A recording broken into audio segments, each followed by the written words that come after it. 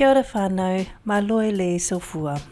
Today we embark on a journey that's both ancient and ever renewing. It's a journey back to the arms of our greatest healer, nature. Our tīpuna understood something profound, that the land, the sea, the sky, they're not separate from us, they are a part of us. When we feel lost, when our spirit is heavy, or when our hearts are burdened, it's in nature that we find our way back to ourselves. Think about it. When was the last time you stood barefoot on the earth, felt the cool grass between your toes, or let the wind sweep through your hair? These are not just simple pleasures, they are sacred acts of connection. In Māori culture, Papatūānuku is more than just land. She is the provider of life, the nurturer of our souls.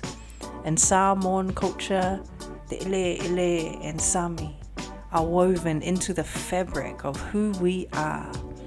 The land grounds us, and the ocean carries our stories, reminding us of how our vastness, our depth, and our connection to all that is. It's about grounding ourselves in the earth that has always supported us, feeling the strength of the trees that have witnessed countless generations, and listening to the waves that have carried our ancestors' whispers across the seas. When we connect with nature, we are not just healing ourselves, we are honouring those who came before us and paving the way for those who will come after. Today I encourage you to find a place that resonates deeply with you. It might be in the ngārere, the moana, or even the quiet garden. Spend some time there, listen to the sounds, feel the textures, breathe in the air. Let the land speak to you, let the sea wash over you, and let the sky remind you of your boundless potential. This is more than just a task, whānau. This is an act of remembrance, of restoration. There comes a time when the pull of our roots becomes too strong to ignore, a time when the land calls us back to heal what is broken. Personally, for me, after 6 years away from Aotearoa, I felt that call deep in my bones. My son, my whānau, we were drifting, fragmented in our culture mindset, disconnected from the very energy that once nourished us. The whenua, the maunga, the awa were no longer in our lives, and it showed. Our spirits were tired, our hearts heavy, and the essence of who we were felt lost. It became clear that we needed to return, to touch the land again, to heal. When we arrived back to New Zealand, I knew I had to do more than just be there. I had to be with the land. It had to be so strong, because it had been so long. I needed to reconnect, to immerse myself fully. Each morning I'd rise before the sun alone and sit quietly with the land.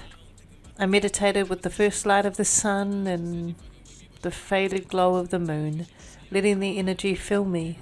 I sat with the maunga, feeling their strength beneath me. The ancient wisdom guided me. I needed to find my centre again, whānau, to restore the spiritual core that has always been in my life source. Without it, I was no use for myself, to my whānau, or to anyone, especially here in Australia. The emotions that surfaced during those moments were raw, they were intense, and they were overwhelming. Oh, there was grief for what I had lost, for the time that we had drifted. There was anger at how disconnected we had become. But there was also deep, profound relief. A sense of coming home, of finding solid ground beneath our feet again. This was healing I didn't know I needed. The grounding that could only come from being on this land with these people under the sky. Throughout this journey, I was reminded of the power of the land to heal us, to restore what's been broken. It's not always easy. It takes time, vulnerability, and the willingness to face those deep emotions. But when you do, the rewards are immeasurable. You become whole again, stronger, more connected. And that's why I want to share with you. Here are some actions to take. Number 1, listen to the call. If you feel lost, fragmented, or disconnected, pay attention. This is your spirit's way of telling you it is time to return to your roots. Identify where those roots lie, be it land, the sea, or place of significance of your culture. Number 2, reconnect with nature. Spend time in nature, setting that is significant to your culture, like the sea, a forest, or mountain. Meditate there. Sit quietly and let the energy of the land fill you. This is not just about being in nature. It's about being with nature, allowing it to restore your spirit. Number 3, embrace those raw emotions. As you reconnect, be prepared for those emotions that will surface. Allow yourself to feel them fully, whether grief, anger, relief, joy.